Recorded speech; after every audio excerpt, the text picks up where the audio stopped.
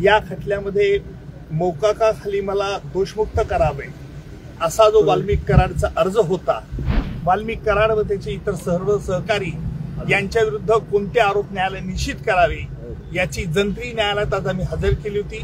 आरोपी वाल्मिक कराड याची सर्व स्थावर मिळकत चल आणि अचल हा जप्तीचा जो आम्ही सरकारतर्फे अर्ज दिला होता त्याला आज वाल्मिक कराडने न्यायालयात वकिलांच्या मार्फत उत्तर दिलेलं आहे। त्या अर्जाची चौकशी 17 तारखेला होईल आणि त्या अर्जावर त्याचा युक्तिवाद माझे सहकारी ॲडव्होकेट कोल्हे हे करतील।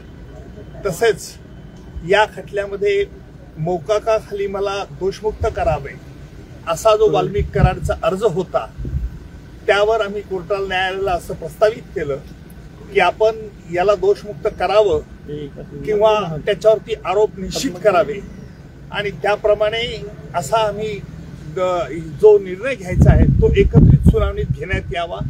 अर्थात त्यावरती न्यायालयाने आणि अर्थात बचाव पक्षांच्या वकिलांची हरकत असल्यामुळे बचाव पक्षांच्या तर्फे असं सांगण्यात आलं की प्रथम दोषमुक्तीतून त्याला मोकाखातून त्याला मुक्त करावं, या अर्जावरती चौकशी व्हावी, त्याला आम्ही हरकत नाही असं म्हटलं आणि म्हणून आता वाल्मिक कराडला मोकाच्या तरतुदी लागू होतात किंवा कसं यावरचा 17 तारखेनंतर युक्तिवाद होईल।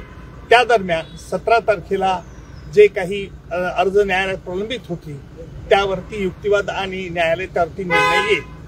17 तारखेला ही तारीख फार त्या अर्जांच्या चौकशी करत असल्याने मी त्या तारखेला उपस्थित राहणार नाही, परंतु ज्या ज्या वेळेला महत्त्वाच्या घडामोडी असतील त्यावेळेला मी निश्चित न्यायालयात हजर असणार आहे आणि तसंच माझे सहकारी ॲडव्होकेट कोल्हे हे सरकारतर्फे बाजू हे 17 तारखेला मांडतील। सर, पुन्हा एकदा डिजिटल एव्हिडन्स मिळाले नाहीत असं म्हटलं संदर्भात आज त्यांची सगळी पूर्तता शकांची पूर्तता केलेली आहे।